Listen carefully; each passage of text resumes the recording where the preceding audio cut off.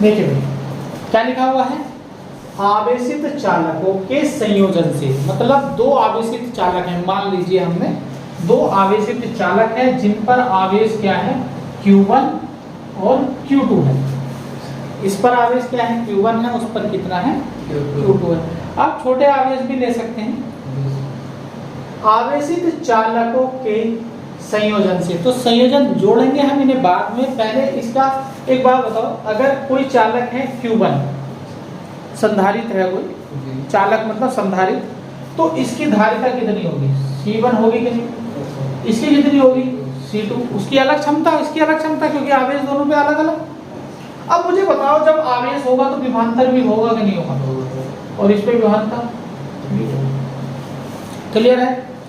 अब हमने क्या किया, क्या इसका Q1 हम निकाल सकते हैं, Q1 बराबर क्या होगा Q बेकार B1 C1, और इसका कितना होगा Q2 बराबर B2 C2। ठीक है, आपको पता चल गया अलग अलग दो आवेश है। अब हम इनका क्या करने जा रहे हैं, आवेशित चालकों के विषय में हमने सारी चीजें लिख दी कि संयोजन करने जा रहे हैं। संयोजन मतलब इन्हें जोड़ने जा रहे हैं। देखिए संयोजन कैसे होगा, जब हमने संयोजन किया तो इन्हें जोड़ दिया एक तार से, चालक तार से जोड़ दिया। अब जब हम चालक तार से जोड़ देंगे तो बताओ अब इस पे आवेश कितना होगा, क्या Q1 होगा, नहीं, क्योंकि जिस पे ज्यादा होगा उधर की तरफ से दौड़ेगा आवेश। तो अब कितना हो गया होगा, और जब तक दौड़ेगा जब तक उनका आवेश बराबर ना हो जाए, विभवांतर बराबर ना हो जाए, तब तक आवेश दौड़ता है। आवेश बराबर ना हो जाए, विभवांतर बराबर ना हो जाए। तो यहाँ पर समझो विभवांतर हो गया V और यहाँ हो गया V, बराबर हो गया। मान लीजिए इस पे 10 कूलम था, इस पे 2 कूलम था, 3 कूलम आया, अभी विभवांतर बराबर नहीं। 4 कूलम आया, 5 कूलम आया, बस अब विभवांतर हो गया बराबर। तो उधर ज्यादा रह गया, इधर कम रह गया। तो आवेश बराबर नहीं, विभवांतर जब बराबर हो जाए तो आवेश वहीं पे रुक जाएगा, फिर नहीं आदान प्रदान होगा। ठीक है, तो यहाँ पे सपोज करो Q1 ना होकर के Q डैश आ गया, और यहाँ पर कितना हो गया, इस पे Q2 डैश, उससे अलग हो गया नहीं हो गया, और बराबर भी नहीं है ना, बराबर नहीं होंगे, विभवांतर बराबर होते हैं। अच्छा इनकी धारिता बदलेगी क्या, धारिता नहीं बदलती है, क्षमता कभी नहीं बदलती है। तो यहाँ C1 ही रहेगी और यहाँ C2 रहेगी, धारिता तो फिक्स है। अब बताओ यहाँ Q1 डैश कितना होगा, BC1, और यहाँ Q2 डैश कितना होगा रे बच्चे, BC2 होगा नहीं होगा। क्या इतनी बात समझ में आई। तो बच्चों ये क्या हुआ, ये दो आवेशित चालक थे, संधारित्री मान लो चाहे इन्हें गोले, इन पर आवेश इतना था, धारिता इतनी, V1 V2 इतना, तो Q1 है इतना। जब हमने इन्हें जोड़ दिया, जब इनका संयोजन करा दिया, तो क्या होता है, संयोजन कराने पर ऊर्जा की हानि होती है। क्या होती है, ऊर्जा की। इनकी ऊर्जा ज्यादा थी, और यहाँ जब हम संयोजन करा देंगे तो इनकी ऊर्जा क्या हो जाएगी, लॉस हो जाएगी। तो वही हमसे पूछा गया है कि जब आवेशित चालकों के संयोजन से आवेशों का पुनर्वितरण, आवेशों का पुनर्वितरण मतलब आवेशों का वितरण हुआ, इधर ज्यादा था इधर कम था, आया गया आवेश, जब तक विभवांतर सेम नहीं हो गया, आवेशों का पुनर्वितरण तथा ऊर्जा की हानि। तो जब आवेशों का पुनर्वितरण हुआ तो ऊर्जा की हानि हुई। वो ऊर्जा की हानि कितनी होती है, समझ में आई बात। अब देखो, अब मैं लिखने जा रहा हूं कि कैसे ड्राइव करेंगे, यहां से कुछ फॉर्मूले निकलेंगे।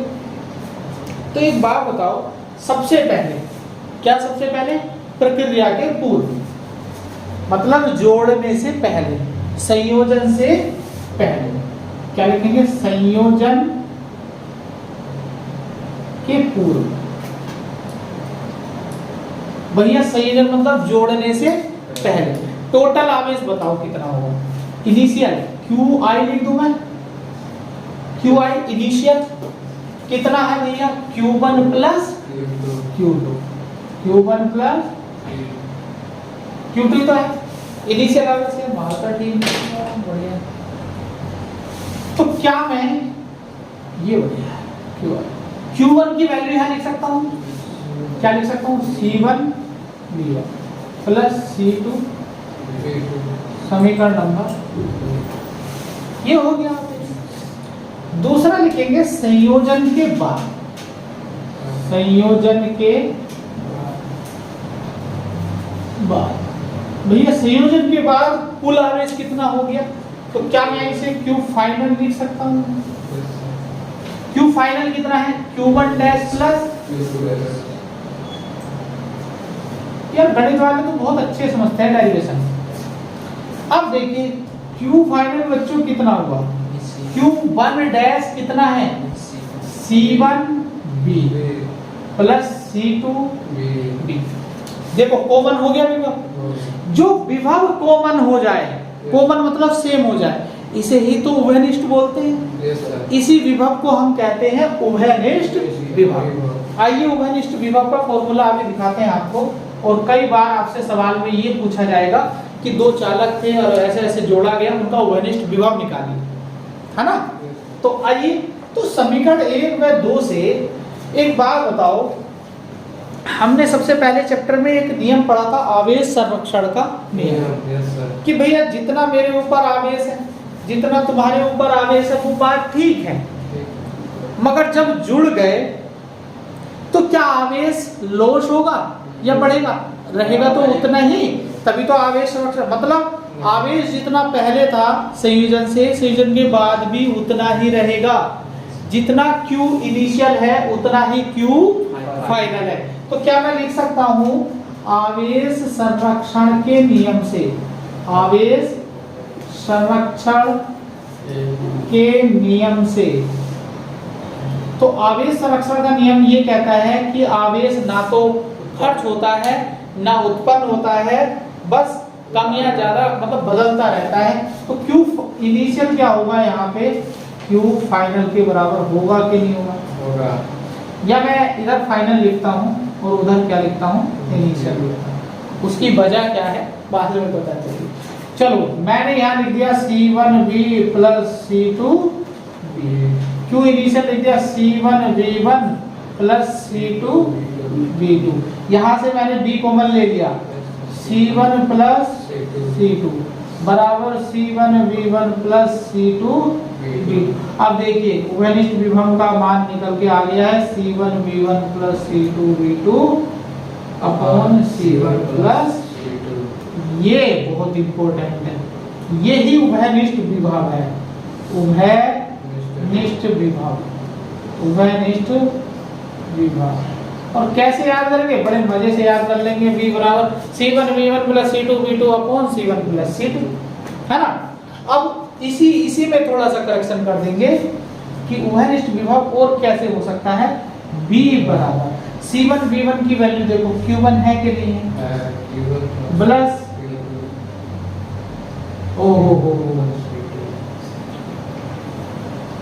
ये आ गया उभयनिष्ठ विभव। जब तुम्हें आवेश दिए हो तो मान लीजिए विभवांतर ना दिया हो V1 V2, तो इसे लगा के फायदा क्या, फिर Q1 Q2 लगा दो, C1 प्लस C2 लगा दो। क्लियर है? तो ये उभयनिष्ठ विभव आ गया। अच्छा चलिए एक काम करते हैं, दो फॉर्मूले ये भी उभयनिष्ठ विभव, समझ में आ रही है यहाँ तक बात। एक चीज और देखिए कि अगर मैं Q1 डैश और Q2 डैश को भाग दूं, Q1 डैश बटे Q2 डैश, तो Q1 की डैश की वैल्यू कितनी है C1B, तो B से B क्या हो जाएगा, तो हमारा जो अनुपात आएगा Q1 डैश अपॉन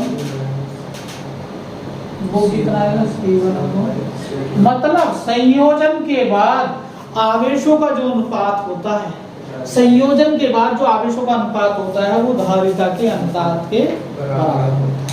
क्या ये बात समझ में आई थी? इसे नोट करिए जैसे मैंने लिखा है, यहाँ लिखा है प्रक्रिया के पूर्व कुल ऊर्जा, प्रक्रिया के पूर्व कुल ऊर्जा, कुल ऊर्जा तो भैया कुल ऊर्जा कितनी होगी? U इनिशियल, U की वैल्यू कितनी थी बताओ? U की value half CV square, half CV square. तो इसकी कितनी होगी? इस वाले की हाफ C1 V1 का स्क्वायर। भाई इसकी भी तो स्थिर ऊर्जा होगी और उसकी भी होगी, plus half C2 V2 square. समीकरण नंबर 1। फिर संयोजन के बाद कुल ऊर्जा, संयोजन के बाद क्या होगी भैया? U फाइनल बराबर इसकी हाफ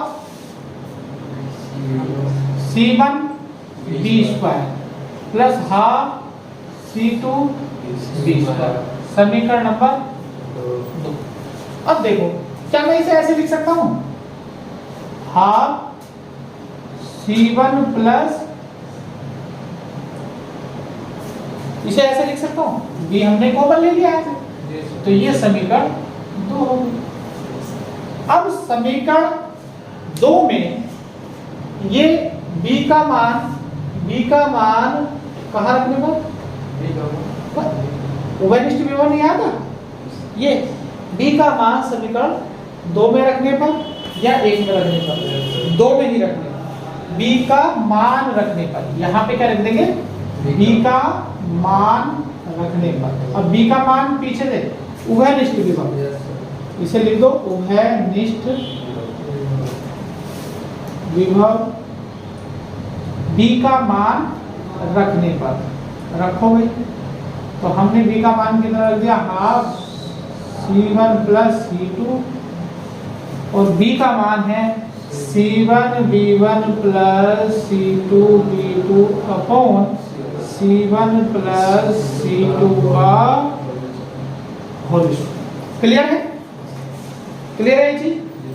चलिए अब इसे रख कर दो, थोड़ी सी कैलकुलेशन है और कुछ नहीं। U फाइनल चल रही है ना, तो बताओ एक स्क्वायर से ये कट जाएगा, है ना? एक से ऐसे, तो नीचे ऊपर क्या बचेगा? C1 V1 plus C2 V2 का स्क्वायर अपॉन नीचे क्या बचेगा? C1 प्लस, यहाँ 2 है ना? चलिए इसका स्क्वायर कर लेते हैं। Half C1 square V1 square plus C2 square V2 square plus 2 C1 C2 V1 V2। ये तो आएगा, ये तो आएगा ना भैया। ये एक काम करते हैं, इसे ऐसे ही रहने देते, इसे यहीं पे छोड़ दें, यहाँ ऐसे। तो ये आ गई हमारी U फाइनल। अब एक बात बताओ, शुरू में ऊर्जा मान लीजिए यहाँ 100 जूल थी, संयोजन किया तो ऊर्जा 50 जूल हो गई, तो हानि कैसे निकालोगे? 100 में से 50 घटाओगे, तो हानि कैसे निकालोगे? डेल्टा U से निकालोगे। कैसे निकालोगे? तो U initial minus U final. अब U इनिशियल कितनी है? हाफ C1 V1 का square plus half C2 V2 का स्क्वायर, और यहाँ पे माइनस 1/2 C1 ये है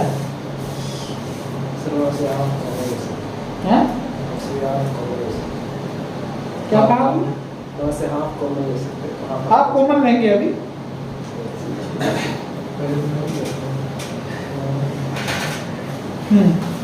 C1 यहाँ रखेंगे, ये वाली value C1 V1 plus C2 V2 का square upon C1 plus C2। ठीक है, ये नोट कर लीजिए। अब इसके बाद इसे क्या लिखेंगे? हाफ C1 V1 का square plus half C2 V2 का स्क्वायर। यहाँ यार हमें क्या करना था? C1 प्लस C2 लैसे नहीं ले सकते? लैसे ले लेना। अरे भैया एक तो इसे बाहर निकालो, हाफ को, चलो ऐसे करो, C1 V1 का स्क्वायर प्लस C2 V2 का square minus C1 B1 plus C2 B2 का whole square upon C1 plus C2। अब क्या करेंगे, लैसे ले लो C1 प्लस C2 का। अब जब आप लैसे लोगे C1 प्लस, तो देखो इसकी मल्टीप्लाई इसमें होगी कि नहीं होगी, C1 B1 का square C1 plus C2 B2 का स्क्वायर C1 प्लस C2। और आगे बच्चों ये है माइनस में, तो क्या मैं इसे ओपन कर दूं, इसे ऐसे लिख सकते हैं C1 का स्क्वायर प्लस B1 का स्क्वायर माइनस, चलो ब्रैकेट में करो, plus C2 square B2 square plus 2 C1 B1 C2 B2। ये हो गया है, ये हो गया। इस कैलकुलेशन से घबराना ना, बहुत हल्की कैलकुलेशन है। चलिए हाँ देखो इसकी मल्टीप्लाई इसमें करो, तो C1 का स्क्वायर B1 का स्क्वायर, C1 की मल्टीप्लाई अब C2 ही करो, तो C1 C2 B1 का स्क्वायर प्लस इसकी मल्टीप्लाई इसमें करो C1 C2 B2 का स्क्वायर, और इसकी मल्टीप्लाई करो प्लस C2 का स्क्वायर B2 का स्क्वायर। ठीक है, चलिए आगे माइनस, अब माइनस के अंदर मल्टीप्लाई कर दो C1 का स्क्वायर B1 का स्क्वायर माइनस C2 का स्क्वायर B2 का square minus 2C1 B1 C2 B2, और नीचे क्या है भैया C1 प्लस, देखिए कुछ कट रहा है क्या, minus C1 square B1 square C2 square B2 square, बचा क्या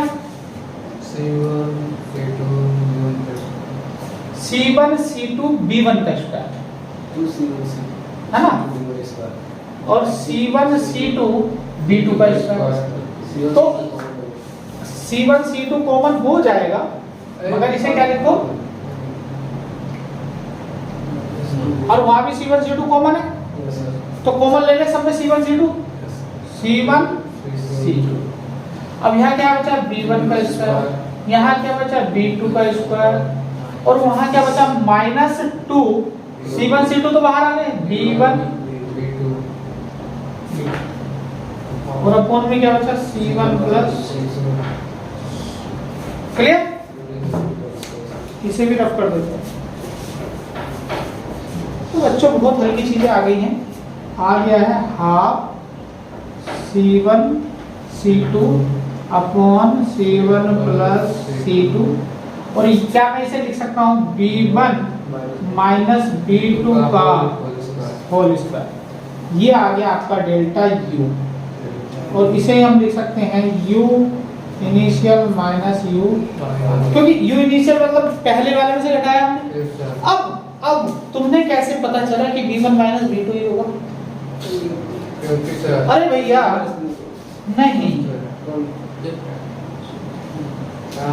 A square plus B square minus 2AB, कोई गारंटी है क्या A माइनस B का ही हो, B माइनस A का होल स्क्वायर भी तो हो सकता है, हो सकता है सर, बताओ, इसमें माइनस A के साथ भी हो सकता है और B के साथ भी हो सकता है, तो कोई गारंटी नहीं है, तो इसलिए कोई गारंटी नहीं है B1 माइनस B2 हो या B2 माइनस B1 हो। आप देखिए तो क्या कैसे पता चलेगा, तो फॉर्मूला हमें यही लगाना है, अगर ये बड़ा होगा तो क्या होगा, माइनस की वैल्यू ज्यादा होगी है, अगर ये बड़ा हो गया तो माइनस वैल्यू ज्यादा हो जाएगी, माइनस का आ जाएगा, ये बड़ा होगा तो प्लस किया, और भैया कैसे आएगी, जब स्क्वायर है तो प्लस ही आनी है, माइनस का, ठीक है, तो इस पे कोई प्रभाव नहीं पड़ेगा।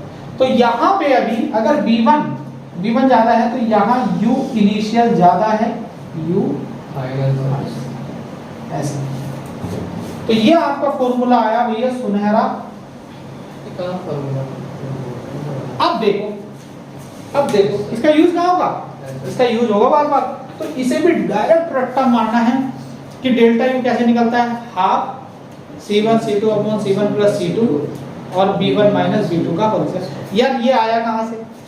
ये वही अपना फॉर्मूला u का, जरा देखो इधर, डेल्टा u संचित ऊर्जा का फॉर्मूला क्या था? Half cv square. जरा कंपेयर करिए इससे, हाफ है, बस वो c की जगह क्या आ गया? c1 c2 upon c1 plus c2। ऊपर हम क्या करेंगे? मल्टीप्लाई करेंगे दोनों के, नीचे जोड़ देंगे, खत्म। अब b स्क्वायर में क्या करेंगे? b1 में से b2 का घटा के स्क्वायर करेंगे। क्लियर है? तो थोड़ा अनुमान तो लगेगा, हाफ cv स्क्वायर हाफ रहेगा, c की जगह c1 c2 upon c1 plus c2 और b की जगह क्या आएगा? b1 माइनस b2 का होल स्क्वायर। तो ये हो जाता है आपका डेरिवेशन। इसमें केवल आपको क्या करना है? उभयनिष्ठ विभव याद रखना है। b बराबर c1 v1 plus c2 v2 upon c1 plus c2। तो c1 प्लस c2 उसमें भी आ रहा है नीचे, और इसमें भी c1 प्लस c2 नीचे आ रहा है। तो इसे इससे कंपेयर करेंगे थोड़ा सा। चलिए नोट करिए इसे। चलिए 35 मिनट की हुई है।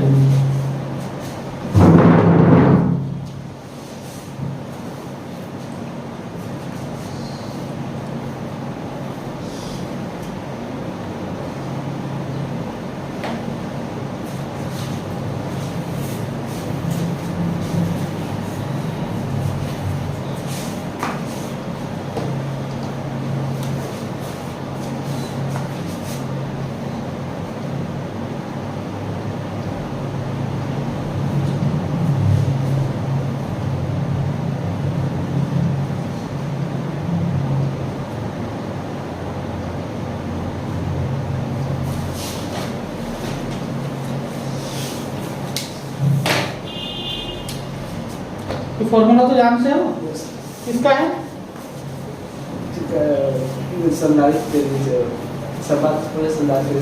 देखो अब यहाँ पे 3 स्पेशल केस बनते हैं कि यार जब हमारे समांतर प्लेट संधारित्र के बीच में कोई परावैद्युतांक के आंशिक रूप से रखा है t मोटाई का, तो तब तो ये फॉर्मूला लगेगा। मगर यहाँ से 3 कंडीशन निकलती है भैया। एक तो ये,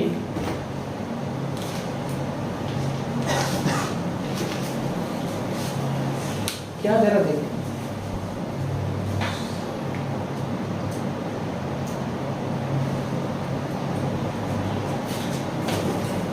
यहां से 3 फॉर्मूले, 3 विशेष कंडीशन जो मैंने आपको बताई नहीं थी। पहली कंडीशन ये कि यदि प्लेटों के बीच में पूरे उसमें ही परावैद्युतांक कितनी मोटाई का? d मोटाई का, अर्थात t बराबर कितना हो? d ही हो। t बराबर कितना हो? d ही हो। और k परावैद्युतांक रखा है, तो उसका फॉर्मूला क्या बनेगा? देखिए c बराबर epsilon 0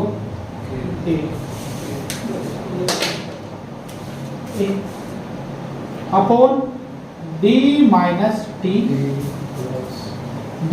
T plus T upon के। तो t की जगह क्या रख दो? d रख दो, एप्सिलॉन 0 a, और t की जगह क्या रख दो? d। तो d माइनस प्लस dy, तो d से आपका फॉर्मूला क्या बना? एप्सिलॉन 0 के ऊपर जाएगा। यही तो हम बताते थे कि अगर समांतर प्लेट संधारित्र के बीच क्या हो, पूरे ही जगह में जितनी भी अंदर जगह बची हुई है उसकी ही मोटाई का अगर परावैद्युतांक पदार्थ रख दिया जाए तो माध्यम आ गया। तो इसकी गुणा हम यहाँ कर देते, आया समझ में? क्यों कर देते ऊपर, और बाकी में नीचे क्यों लिख रहे हैं? तो नीचे से तो ऊपर गिरा। चलो दूसरा केस कि यदि प्लेटों के बीच पूरे स्थान में वायु, यदि प्लेटों के बीच पूरे स्थान में क्या हो? वायु हो, बस इसके बीच में और कुछ ना हो। तो यार जब वायु होगी तो t बराबर क्या हो जाएगा? बताओ, t बराबर क्या हो जाएगा? 0 नहीं होगा, जब यहाँ बीच में कोई परावैद्युतांक पदार्थ नहीं लिया गया तो t बराबर 0 नहीं होगा। तो फॉर्मूला क्या बनेगा, c बराबर epsilon 0 a upon d minus 0 plus 0 by k। तो ये आएगा c बराबर एप्सिलॉन 0 a अपॉन, यही बताया था आपको सबसे पहला। फिर जब तीसरी कंडीशन ये कि अगर परावैद्युतांक परावैद्युतांक क्या ले लिया जाए, के धातु ले ली जाए। क्या ले ली जाए, धातु। परावैद्युतांक पदार्थ कैसा ले लिया जाए भैया, मेटल ले ली जाए समांतर प्लेट के बीच। तो यहाँ पे क्या ले ली जाए, मेटल ले ली जाए। क्या ले ली जाए, वो तो आंशिक तो ये लिखा हुआ है, मगर हम पूरा लिख रहे हैं के मेटल। तो के का मान क्या हो जाता है, तो c बराबर epsilon 0 a upon b minus T. ये तो रहेगा। ऐसे ऐसे करेंगे कि कम रख लो यार, लो ये आंशिक रख लो, आंशिक रख लो। ये d था और ये तो d माइनस टी कर दिया प्लस t अपॉन के का मान क्या रखोगे, c बराबर epsilon 0 a upon d minus T plus t upon infinity. तो ये तो 0 हो गया। तो आया क्या, c बराबर epsilon 0 a d minus T.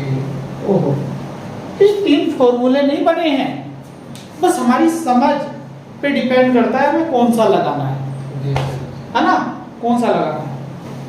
Clear है। तो यहाँ क्या लिखेंगे, जब पूरी जगह में क्या भरा हो, परावैद्युतांक के रखा, जब कोई परावैद्युतांक नहीं है, और जब आंशिक रूप से धातु वाला परावैद्युतांक पदार्थ रखा है। तो इसे ऐसे ही नोट कर लीजिए आप, इसे ऐसे ही नोट कर लीजिए और यहीं पे करते हैं समाप्त। तो ये सूत्र जगह जगह अलग अलग लगेंगे, कम। ठीक है, आज के लिए इतना ही काफ़ी है।